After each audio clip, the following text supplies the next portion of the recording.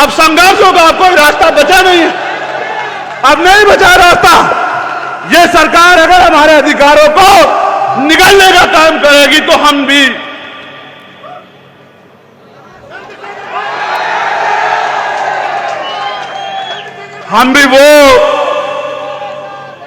भी वो खून है जिन्होंने 2 अप्रैल 2018 में 13 लोगों ने कुर्बानी देके अपने खून से अपने अधिकारों को सींचने का काम करा है। मेरी बात को आप याद रखना।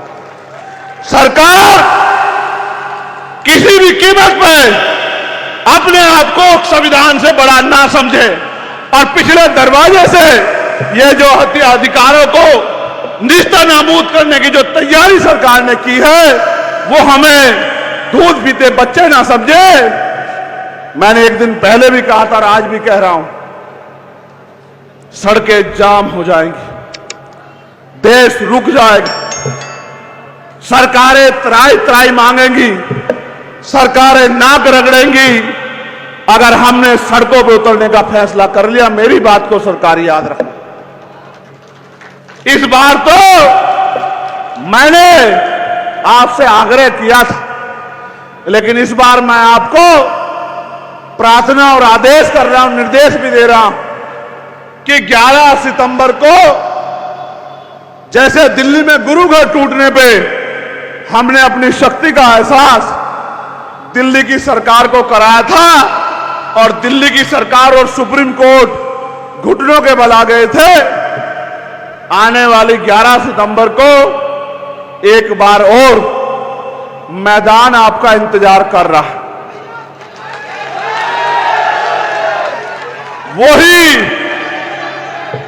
वही रामलीला मैदान होगा और उसी रामलीला मैदान में इस बार संविधान लीला होगी। मेरी बात को आप याद रखना। इसलिए मैं आपसे 2 प्रार्थनाएं कर रहा हूं कि आज से आप सतपाल जी का इंतजार मत करना कि सतपाल जी आपकी बस्ती में आएंगे, सतपाल जी आपको चलने के लिए कहेंगे। आज से आप लोग सब लोग खुद को सतपाल जी मान के अपने अपने बूथ सेक्टर की जिम्मेदारी को उठाना। साथ साथ 10 तारीख की रात से ही और अभी से ही मन पक्का करके अपनी डायरी में लिख लो कि एक दिन हमें अपने अधिकारों को बचाने के लिए दिल्ली चलना है। ये पूरा दिन हमारा दिल्ली में संकल्प के साथ है कि आप कोई डाका, आप कोई लूट हम अपने अपने अधिकारों पर नहीं चलने देंगे।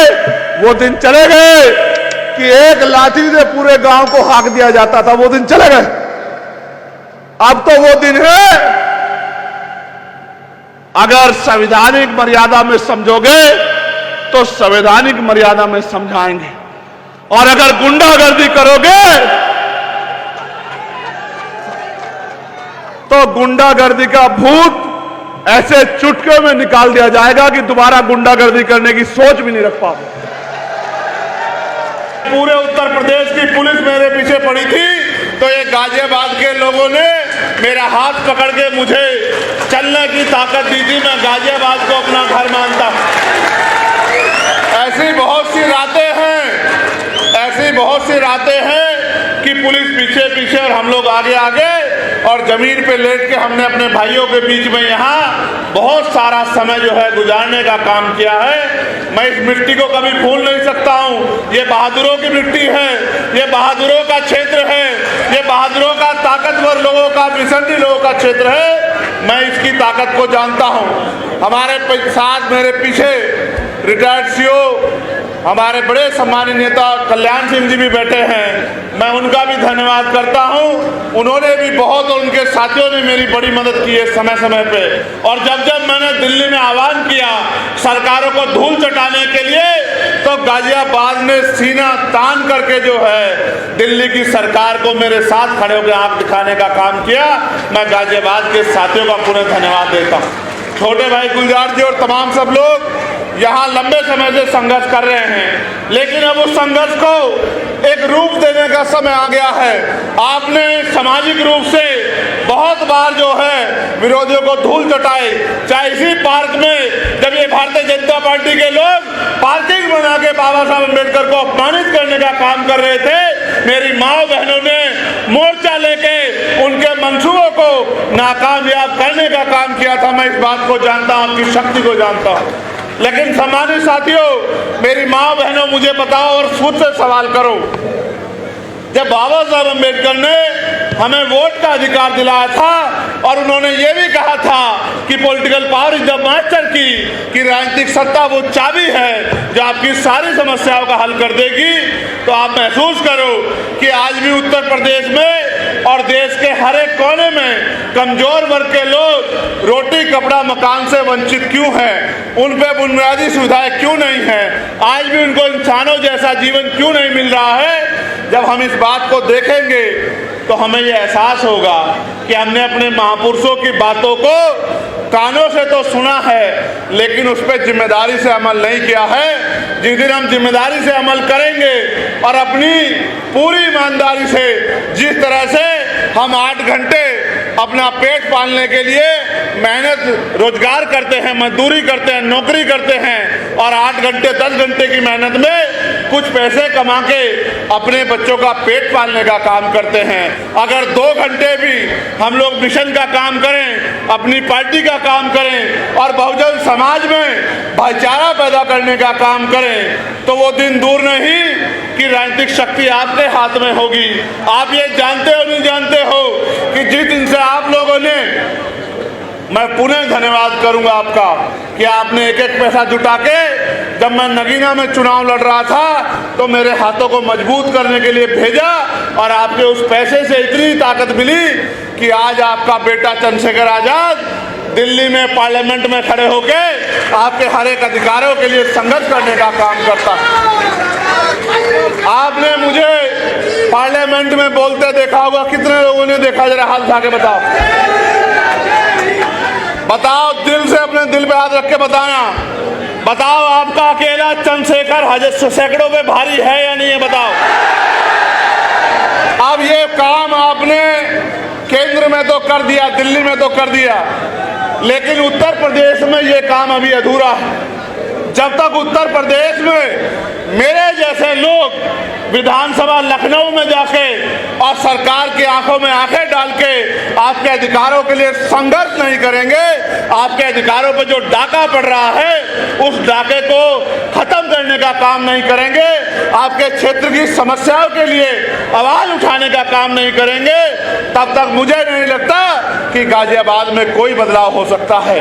बाकी लोगों पे तो ये मौका 2027 में आएगा, लेकिन आप तो बड़े किस्मत वाले हो, आप तो बड़े खुशहाल हो, आपके हिस्से में तो 1 साल बाद ही, इसी साल आपके चुनाव के 1 साल बाद और इसी साल 2024 में आपके सामने तो पुनः वो मौका आ गया है कि आप अपनी पिछली भूल को सुधार करके और अपनी आवाज को उठाने वाला चंद्रशेखर आजाद जैसा एक सिपाही लखनऊ में आप लोग भेज सकते हो, अगर आप मानसिक और शारीरिक रूप से तैयार हो जाओ। और मैं आपको विश्वास दिला कहता हूं, पार्टी ने जिस व्यक्ति को यहां जिम्मेदारी दी है कि वो आपकी आवाज को उठाने का काम करेगा, मैं उसके संघर्ष को जानता हूं, मैंने उसके संघर्ष को देखा है। कई बार दिल्ली का पानी बंद करके अपने आंदोलन को, किसानों के आंदोलन को कामयाब कराने का काम उन्होंने किया।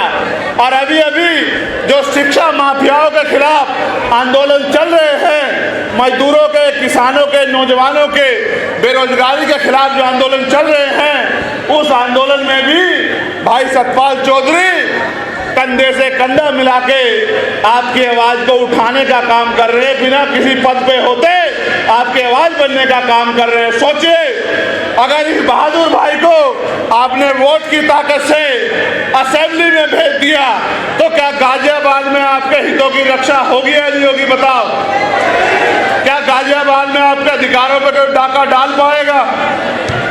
सरकार के सारे विधायक सांसद एक तरफ और आपका अकेला सतपाल चौधरी एक तरफ। याद रखना मेरी बात, सरकार के गुंडों के अगर कुंडे ना बंद कर दिए तब आप मेरे मुझसे सवाल करना कि भाई आपने जो कहा था वो गलत साबित हुआ।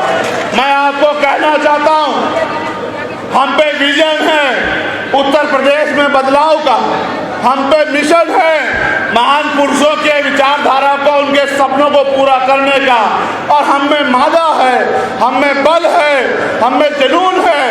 ये गरीबी, बेबसी, लाचारी, बेरोजगारी, महंगाई, जुल्म जाति खत्म करने का। और जब तक किसी के अंदर संकल्प नहीं होता, मान्यवर काशीराम साहब कहा करते थे कि तमन्ना अगर सच्ची हो तो रास्ते हजार होते हैं, तमन्ना अगर झूठी हो तो बहाने हजार होते हैं। हमारे दिलों में तमन्ना है कि आज़ादी के 75 साल बाद तो अब दलितों को, पिछड़ों को, आदिवासियों को, मुसलमानों को, अन्य धार्मिक अल्पसंख्यकों को और उनको भी सामान्य जाति के भी उन गरीब लोगों को जो जुल्म जाति सह रहे हैं, उनकी जिंदगी में अब खुशहाली आनी चाहिए। जो सरकारें उत्तर प्रदेश या केंद्र में बैठी हैं, आप ये जानते हो कि वो तानाशाही वाली सरकारें हैं। अगर उनका आदमी भी उनके खिलाफ, उनके भ्रष्टाचार, उनके झूठ, उनके झूठे वादे या उनकी झूठी नीतियों के खिलाफ, तानाशाही के खिलाफ अगर आवाज उठाता है तो वो तो उसके अपने नहीं रहते, उत्तर प्रदेश की जनता के अपने कैसे होंगे। आप ये देखो किस तरह से बुलडोजर के जरिए और तमाम तरीकों से जुल्म जाति को बढ़ावा दिया जा रहा है, संविधान को कुचलने का काम किया जा रहा है। सब लोगों की निगाहें अगर किसी की तरफ है तो वो नीले पटके वालों की तरफ है। अगर आज पूरा देश किसी की तरफ देख रहा है तो नीले पटके वालों की तरफ देख रहा है कि ये नीले पटके वाले अब क्या करेंगे। लेकिन मैं भी ये मानता हूं कि जब ये नीले पटके वाले संकल्प लेकर किसी और निकलते हैं तो फिर रास्ते खुद ब खुद बन जाते हैं। कहते हैं ना कि संघर्षों के साए में घनघोर जवानी पलती है और इतिहास उधर झुक जाता है जिस ओर जवानी चलती है। और जवानी किसकी तरफ है ये बताना मुझे नहीं पड़ेगा।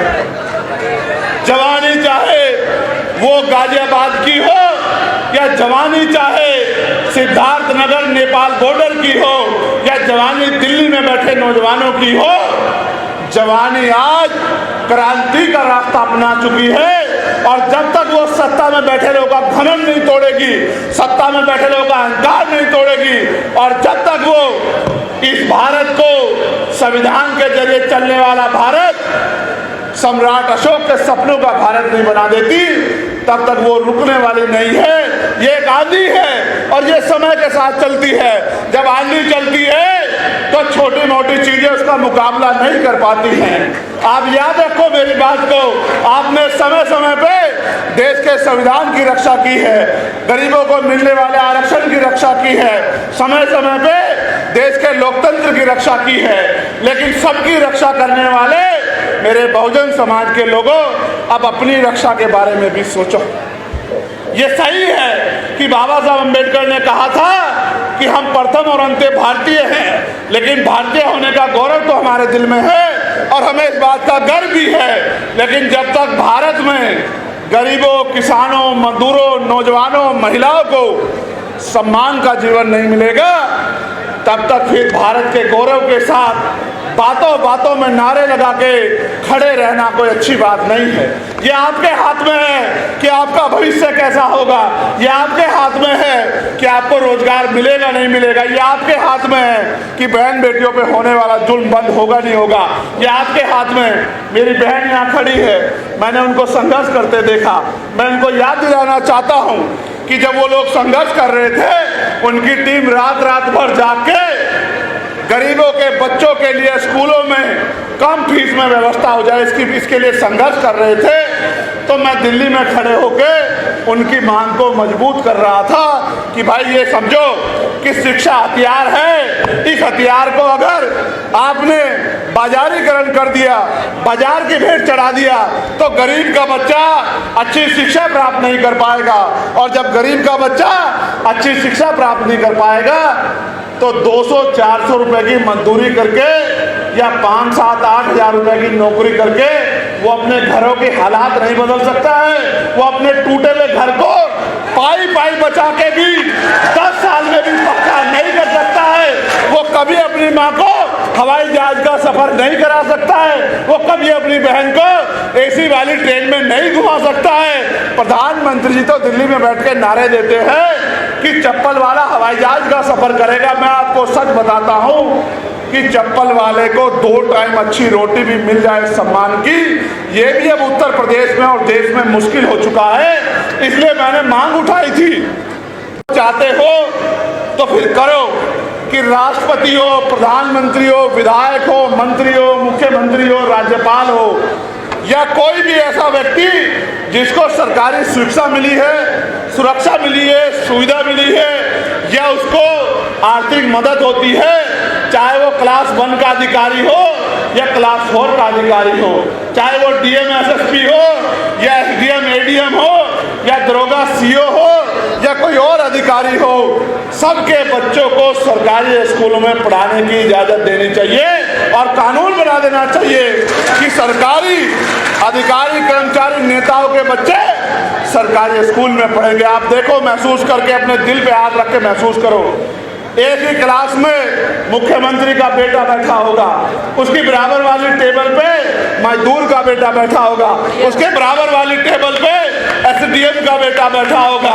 उससे बराबर वाली टेबल पे कुर्सी पे डीएम का बेटा बैठा होगा, उससे बराबर वाली कुर्सी पे एसएसपी का बेटा बैठा होगा और उसके बराबर वाली कुर्सी पे टिगर नागर भाई मेरे जैसे किसान का बेटा बैठा होगा, मजदूर का बेटा बैठा होगा। तो अगर वो हमारी परवाह नहीं करेंगे तो अपने बच्चों की परवाह तो करेंगे। ये जो बड़े बड़े प्राइवेट सेक्टर के स्कूल बना के खड़े कर दिए, गरीब लोग इसके सामने से तो गुजर सकते हैं लेकिन खुद को और अपने बच्चों को इन स्कूलों में अंदर नहीं पहुंचा सकते, उनकी क्लास तक अपने बच्चों को नहीं बिठा सकते। जब ये इतनी बड़ी खाई पैदा हो जाएगी तो गरीब का बच्चा कैसे जो है इन अमीरों के बड़े बड़े स्कूलों का मुकाबला करेगा। साथ साथ मैंने ये मांग भी की है कि जितने भी सरकारी कर्मचारी, अधिकारी, नेता, अभिनेता हैं, चाहे वो राष्ट्रपति से लेके और गांव का प्रधान क्यों ना हो, उनके बच्चों का और बीमार होने पे उनका इलाज सरकारी अस्पताल में होना चाहिए। जिस दिन ये हो गया भारत में, आप मेरी बात को याद रखना, उस दिन सरकारी अस्पतालों में डॉक्टर भी मिलेगा, सारे टेस्ट भी वही होंगे, बढ़िया से बढ़िया दवाइयाँ भी वहाँ मिलेंगी और साफ सफाई भी ऐसी अच्छी होगी कि आपको सरकारी हॉस्पिटल और 5 स्टार होटल में फर्क महसूस नहीं होगा। जब मंत्री जी का इलाज वहाँ होगा, मंत्री जी के बेटे का होगा, राज्यपाल के बेटे का होगा, प्रधानमंत्री जी का होगा, ये बड़े बड़े उद्योगपतियों का होगा।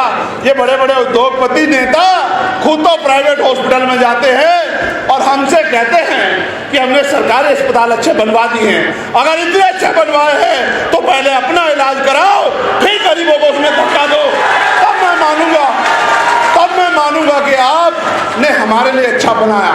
मैं आपको कहता हूं, आज देश भ्रष्टाचार की भेंट चढ़ रहा है और पूरे देश में कमजोरों, किसानों, गरीबों की निगाह आपकी तरफ। और अगर वास्तविकता में आप मुझसे प्यार करते हैं, वास्तविकता में आप भारतीय संविधान से प्यार करते हैं और वास्तविकता में आप बाबा साहब अम्बेडकर के सपनों को पूरा करना चाहते हैं, वास्तविकता में आप अपनी वोट की ताकत बनाना चाहते हैं, फिर वो दिन दूर नहीं है। अगले 3 से 4 महीने में उपचुनाव उत्तर प्रदेश की 10 सीटों पे होंगे।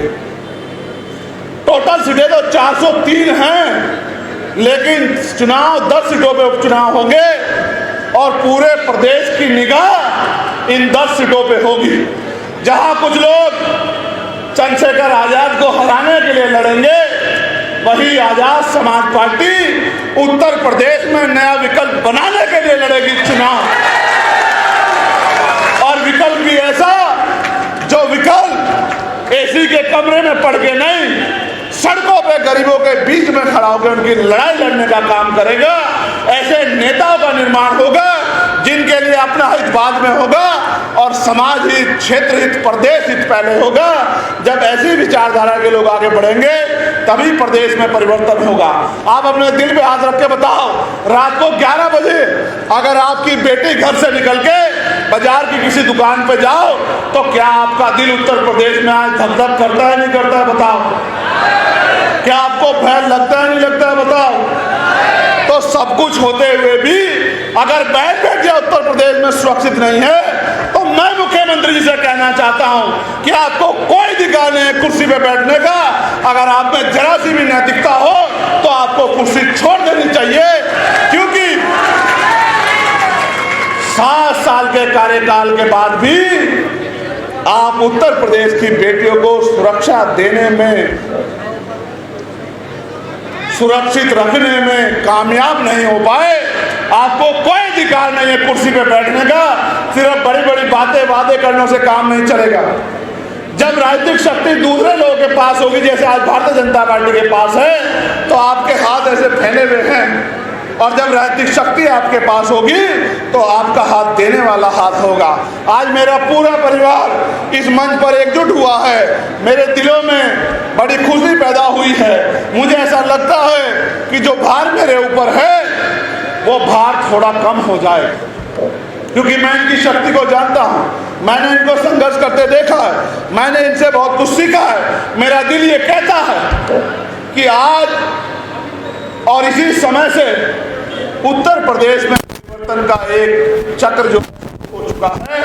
और आप देखना कि जब 10 विधानसभा उपचुनाव का रिजल्ट आएगा तो जिस तरह से आपका प्रतिनिधित्व दिल्ली में है, लखनऊ में भी आपका प्रतिनिधित्व होगा।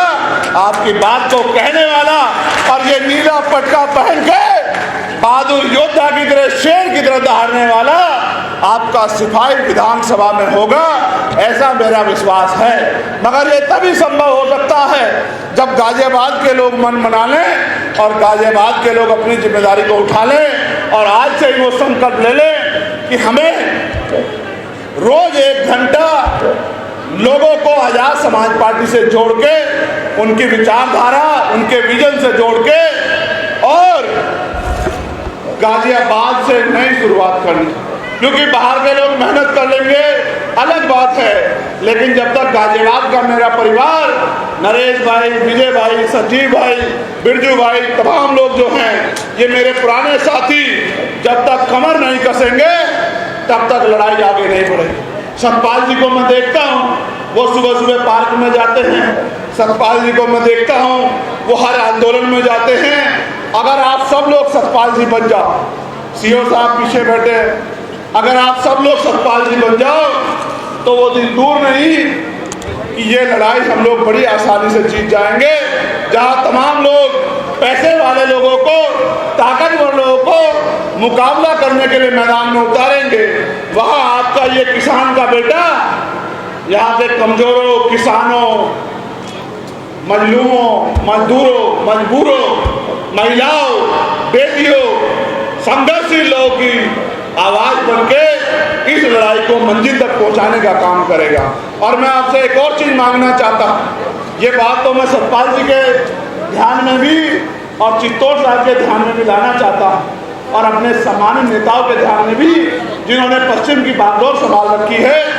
11 तारीख को दिल्ली में हमने ऐलान कर दिया है कि हम केंद्र की सरकार को घुटने टिकवा के रहेंगे। 11 तारीख को अब कोई बातचीत नहीं होगी, अब संघर्ष होगा।